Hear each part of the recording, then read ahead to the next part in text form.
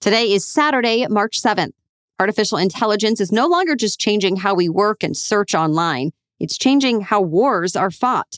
From Ukraine to Gaza to U.S. strikes against Iran, we are now in an era of AI-enabled warfare. So what does that actually mean? And who gets to decide what's allowed when it comes to AI and the military? It's a question that was highlighted just this week in a dispute between the Pentagon and the AI company Anthropic. So our guest today is Paul Scharre. He's the executive vice president at the bipartisan think tank, the Center for a New American Security. He's served multiple tours to Iraq and Afghanistan and is a former defense official who played a leading role in establishing policies on autonomous systems. He was named one of Time magazine's most influential people in AI and has written 2 books on the topic. First, Army of None, Autonomous Weapons and the Future of War, and his latest, 4 Battlegrounds, Power in the Age of Artificial Intelligence. So today, he's helping explain how AI is already shaping military operations, why the debate over human control is so urgent and important, and how this technology could shift the global balance of power in the years ahead.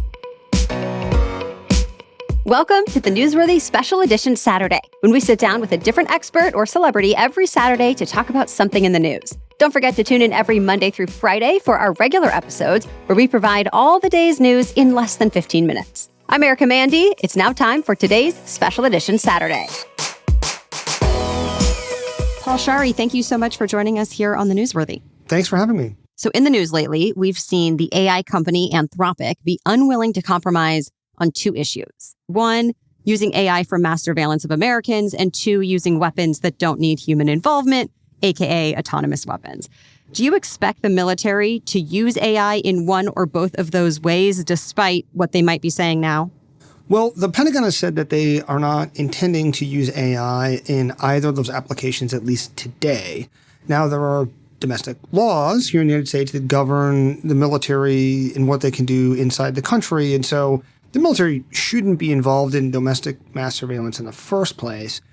Lethal autonomous weapons are a trickier issue. There are no laws in the United States that prohibit them or internationally. There's a policy that the Pentagon has, but it's pretty flexible. And that might be a thing where down the road in a few years as the technology evolves, the military might want to use AI for that.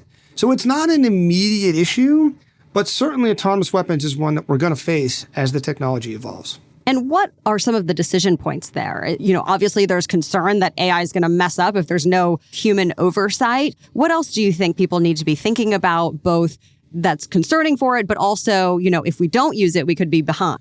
Well, I think you actually put your finger on these 2 twin factors that are driving how people are thinking about autonomous weapons. The first one is, well, what if the AI gets it wrong? We're talking about life and death decisions as the U.S. is in the middle right now of a bombing campaign in Iraq. But as we see AI integrated more, anyone that's worked with any kind of AI system knows that they can make mistakes, they can screw things up, and used properly, AI might reduce mistakes. But if there are accidents, we could see things be much, much worse. That's a big concern. But the Pentagon is principally concerned about falling behind adversaries, because AI technology is widely available globally. Other competitor nations like China are going to have access to AI technology, and the military doesn't want to fall behind. And let me ask about the mass surveillance of Americans, because generally that would be against the law, but some people debate on, could there be loopholes such as national security reasons and things like that? So is it still something we can't completely write off as happening? Well, I think one of the things that AI is going to enable is the ability for the government, or frankly anyone that has access to large amounts of data, to process that data in a way that has not been feasible to date. And that raises really novel concerns, because AI enables this sort of techno-authoritarianism that is not possible beforehand. And we're starting to see elements of this deployed inside China, where the Chinese Communist Party is using AI and surveillance technology to monitor and surveil their citizens.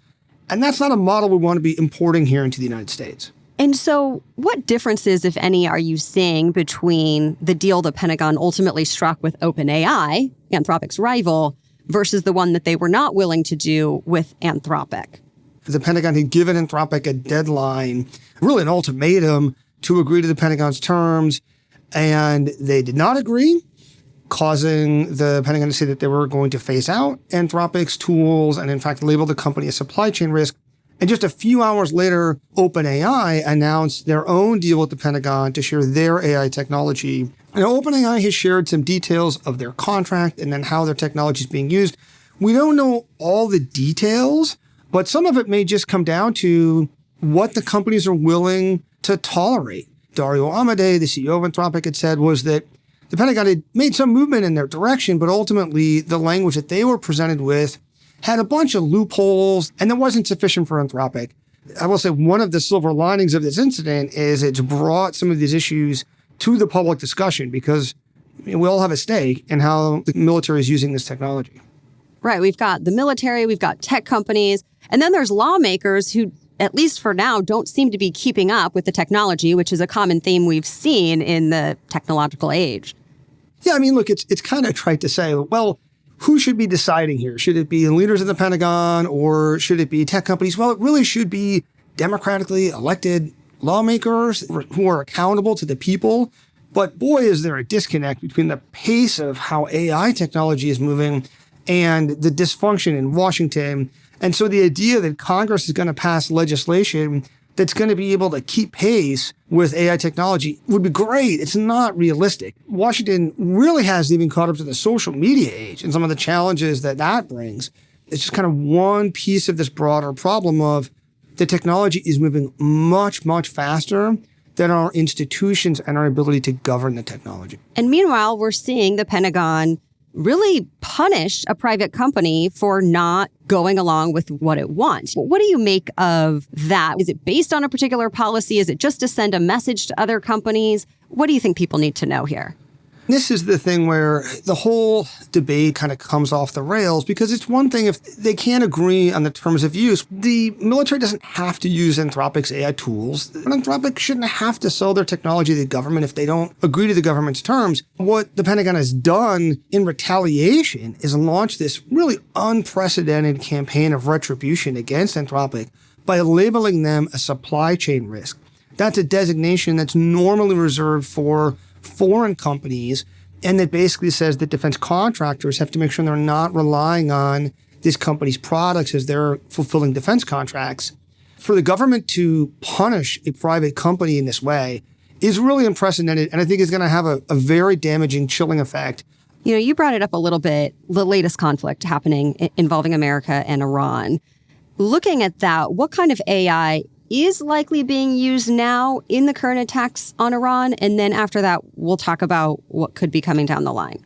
It has been publicly reported that Anthropic's AI tools integrated into U.S. military classified networks were used in Venezuela and are being used in U.S. military operations in Iran.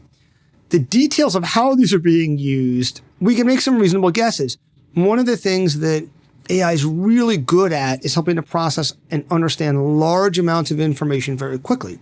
Well, if you look at the U.S. military strikes against Iran, the U.S. military has hit over 1,000 targets. Now they're having to reprioritize targets, do battle damage assessment on the ones that have been hit. One of the things the military is targeting is Iran's ballistic missile capability. And that's a thing where the ability of AI to help synthesize this information, to go through these target lists to help prioritize them. It's possible to do it with humans, but doing that at human speed is going to take a really long time. And AI can help accelerate that process. And so that is some of the uses that I think are probably pretty plausible in how the U.S. is using AI in their operations today. And what else do you think the average American needs to understand about how AI is changing or will change down the line how the military operates? I think it's pretty clear that we are now in an era of AI warfare, not just in Iran, but also in Ukraine, in Israel's operations in Gaza. That's going to continue to evolve, particularly as AI technology is improving very, very rapidly. And because the technology is so widely available around the world, militaries are going to be very hungry to find ways to speed up their operations, be more effective, be more precise. But there are real risks. And fundamentally, the question that we are going to face is how do we maintain human control over warfare that's being fought at machine speed? Can people keep up even if humans are nominally in control, humans are approving targets, we're not quite there yet, but that is certainly coming, and it's going to be a very challenging issue to address because we need to keep human control over warfare, but militaries are going to be worried about falling behind competitors. We need to find ways for Silicon Valley and Washington to work effectively together. I think it's healthy that we're having this debate in public because we all have a stake in how this technology is used. And it sounds like you want to find the balance, that one extreme or the other is not going to work out well. There are lots of ways in which AI has limitations. It makes mistakes. Large language models tend to hallucinate things. They can have strange biases. They might be giving information to feed into the perceptions that humans already have. And I think it's vitally important to maintain human control over lethal decision-making in war. We want to find ways to use this technology to be more precise, to be more humane, to reduce civilian casualties, but not lose our humanity in the process. Still ahead, why AI could reshape the global balance of power and what the term sovereign AI is really all about. Plus, what role all Americans can play in this debate. But first, a quick break for our sponsors. I have enough decisions to make every day that I don't want to decide between a million things in my closet when I'm just trying to get dressed. Instead, I'm now focused on having versatile, well-made pieces that make getting dressed simple. And several of those items in my closet are from Quince. From a soft cashmere sweater to a washable silk tank that somehow works year-round to my diamond bracelet that's great for daily wear. Quince makes high-quality wardrobe staples using premium fabrics. And now is the time to check out their seasonal colors and prints for spring, too.